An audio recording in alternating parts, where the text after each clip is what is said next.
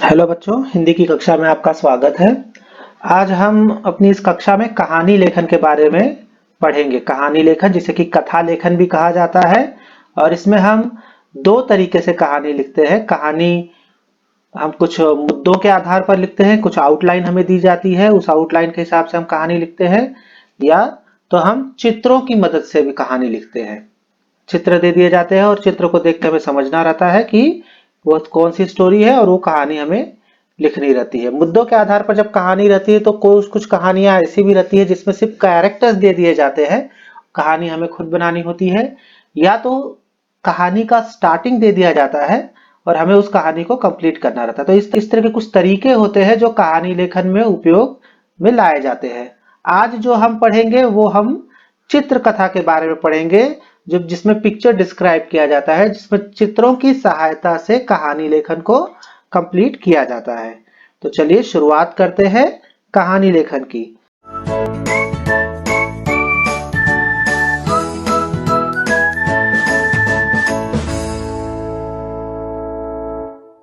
बहुत तरह की कहानियां होती है, जैसे कि कुछ जानवरों की कहानियां होती है, जैसे पंचतंत्र वगैरह में रहते हैं।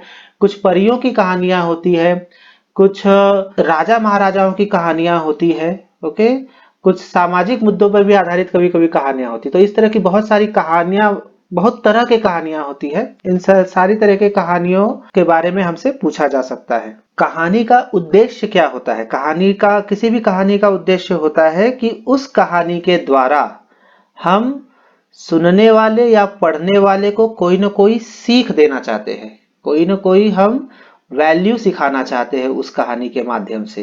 ये कहानी का सबसे बड़ा उद्देश्य होता है। कहानी लेखन जो होते हैं, कहानी लेखन के कई भाग होते हैं और उन भागों की मदद से ही हम पूरी कहानी को कंप्लीट कर सकते हैं। तो चलिए कहानी लेखन के भाग के बारे में भी एक छोटी सी जानकारी प्राप्त कर लेते हैं। ये सारी जानकारी आप लोगों को कहानी लिखने में बहुत ही उपयोगी सिद्ध होने वाली है। अगर आप इन सारे इंस्ट्रक्शंस को फॉलो करते हैं तो एक आप बहुत ही अच्छी कहानी लिख सकते हैं, ताकि आपको उस कहानी पे अच्छे मार्क्स मिल सके। तो चलिए शुरुआत करते हैं। कहानी के कुछ भाग होते हैं। कहानी के 4 भाग होते हैं। पहला है कथा वस्तु, दूसरा है पात्र या चरित्र, तीसरा है उद्देश्य और चौथा है कथोपकथन।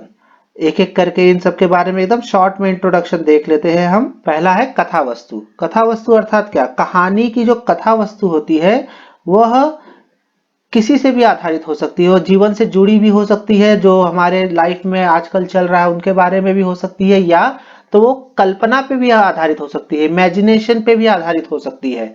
तो हमें आउटलाइन देख करके या चित्र देख करके पहले ये समझना चाहिए कि वो आखिर जो स्टोरी उस आउटलाइन से या वो फोटोज से जो फ्रेम हो रही है वो आज के जीवन पर आधारित स्टोरी है या वो काल्पनिक स्टोरी है। इस सब के ये हमें पहले समझना जरूरी होता है। दूसरा जो होता है वो पात्र या चरित्र होता है। कहानी के जो कैरेक्टर्स है, जो पात्र है, वो कोई भी हो सकते हैं। वो राजा रानी हो सकते हैं, देवी देवता हो सकते हैं, भूत प्रेत हो सकते हैं, परियां हो सकती है, कोई साधारण इंसान हो सकता है, जानवर हो सकते हैं, कोई भी हो सकता है। ये हमें पता तब चलेगा जब हमने कथा वस्तु उसकी समझ लेंगे कि वह आखिर कहानी किस पर आधारित है। तब हमें उसके पात्र के बारे में, कैरेक्टर्स के बारे में पता चलेगा। और जब कैरेक्टर्स के बारे में हमें पता चल जाता है तो कहानी में सबसे इंपॉर्टेंट होता है, जिससे कि आप ज्यादा से ज्यादा मार्क्स स्कोर कर सकते हैं, कि हमें उन कैरेक्टर्स को नाम दे देना चाहिए, ताकि जहां पे भी हम उन्हें यूज करें, अगर हम उनका नाम दे करके यूज करते हैं तो कहानी बहुत ही इंटरेस्टिंग बन जाती है और सुनने वाला उसे बहुत ही इंटरेस्ट के साथ सुनता रहता है। अगला जो टॉपिक है कहानी लेखन का भाग जो है वो है उसका उद्देश्य। कहानी का उद्देश्य जो है वो, जैसा कि मैंने पहले ही बताया, जो पढ़ रहा है या जो सुन रहा है कहानी, उसे कोई ना कोई सीख देना, कोई ना कोई वैल्यू सिखाना उस कहानी का उद्देश्य होता है। तो वह उद्देश्य उस कहानी के माध्यम से पूर्ण जरूर होना चाहिए। जब हम कहानी लिखें तो अंत में कोई ना कोई मॉरल वैल्यू उस कहानी से जरूर निकल करके आनी चाहिए। ये बात हमें ध्यान में रखनी चाहिए। और आखिरी जो उसका भाग है वो है कथोपकथन। कथोपकथन मतलब क्या होता है? कथोपकथन अर्थात मतलब जो कैरेक्टर्स है उस स्टोरी में, जो पात्र है स्टोरी के वे जो आपस में बातचीत करते हैं उसे कथोपकथन कहते हैं। जो आपस में बातचीत करेंगे, क्योंकि कथा कहानी लिख रहे हैं तो कहानी में डेफिनेटली वे आपस में बात करेंगे। और हम जब कहानी लिखते हैं तो कहानी लिखने का एक रूल होता है कि कहानी को हमेशा सिंपल पास्ट टेंस में लिखा जाता है, पास्ट टेंस में लिखा जाता है। लेकिन जब हम उसमें डायलॉग डालते हैं, जो कैरेक्टर्स दो कैरेक्टर्स बातें कर रहे हैं आपस में, जब हम वो डायलॉग उसमें डालते हैं तो वो डायलॉग जो है वो प्रेजेंट टेंस में हो सकता है, फ्यूचर टेंस में भी हो सकता है। जैसे बात करे कैरेक्टर वैसा हो सकता है। तो वो बातें उनकी डालनी बहुत ही जरूरी होती है। इससे जो वो स्टोरी है बहुत ही इंटरेस्टिंग बन जाता है। इसके लिए कथोपकथन कहानी का बहुत ही इंपॉर्टेंट भाग होता है। इन सबके अलावा भी कहानी लेखन करते समय कुछ बातें हमें याद रखनी चाहिए। आइए उन्हें भी देख लेते हैं। कहानी का विषय पढ़ने वाले की उम्र एवं रुचि के अनुसार होना चाहिए। जो कहानी हम लिख रहे हैं वो कहानी जो पढ़ रहा है या जिसके लिए लिखी जा रही है उसकी उम्र और रुचि, रुचि अर्थात इंटरेस्ट, उम्र मतलब एज, तो एज के अकॉर्डिंग ही होनी चाहिए। छोटे बच्चों की कहानी है तो वो शॉर्ट एंड स्वीट होनी चाहिए, वो बहुत लेंदी नहीं हो सकती है। लेकिन अगर वही बड़े क्लास के लिए अगर आप स्टोरी लिख रहे हैं तो आप वो थर्ड स्टैंडर्ड फोर्थ स्टैंडर्ड के हिसाब से स्टोरी नहीं लिख सकते हैं। अगर आप नाइन्थ और टेंथ के लिए स्टोरी लिख रहे हैं तो वो उस हिसाब से आपको स्टोरी फ्रेम करनी पड़ेगी।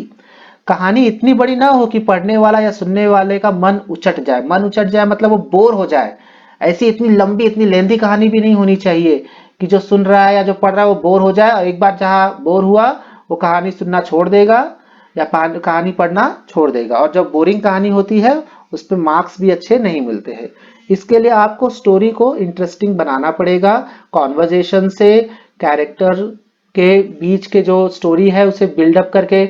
एक और चीज होती है जिससे कि स्टोरी को इंटरेस्टिंग बनाया जा सकता है, उसमें आप मुहावरे और कहावत यूज करके भी उसे इंटरेस्टिंग बना सकते हैं।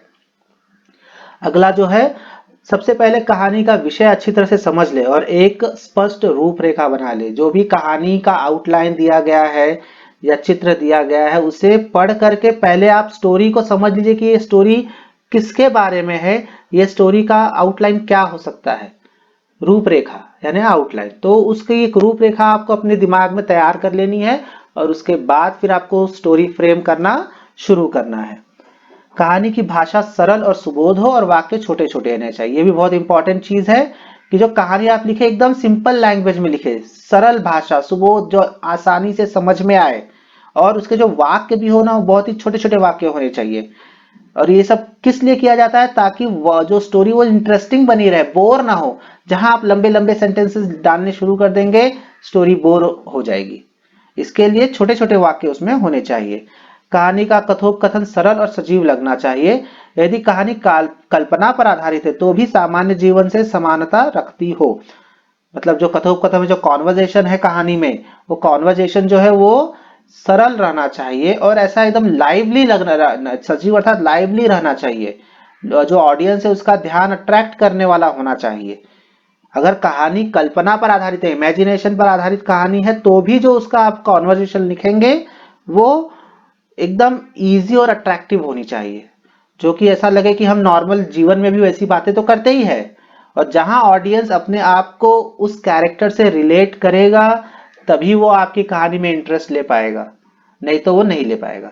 इसलिए कहानी को इंटरेस्टिंग बनाने के लिए आपको जो कॉन्वर्जेशन है, जो डायलॉग है, वो एकदम नॉर्मल लाइफ में जो हम कहते हैं सुनते हैं उसी तरीके से आपको लिखना चाहिए।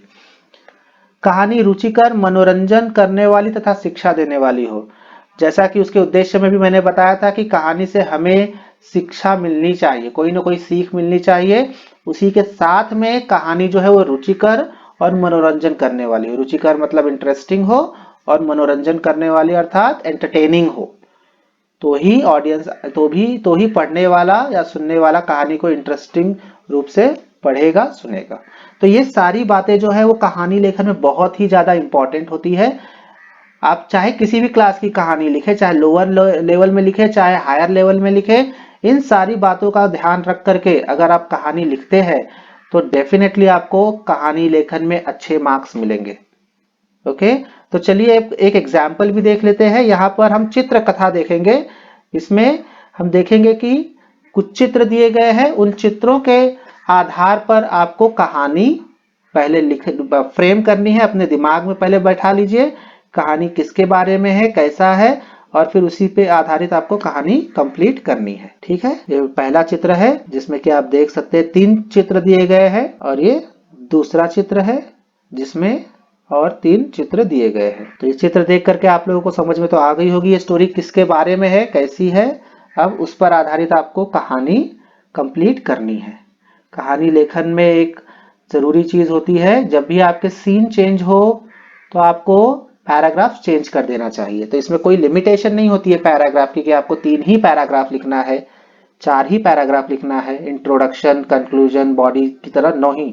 इसमें आप पैराग्राफ अपने कॉन्वर्जेशन के हिसाब से, अपने सीन के हिसाब से चेंज कर सकते हैं, बढ़ा सकते हैं।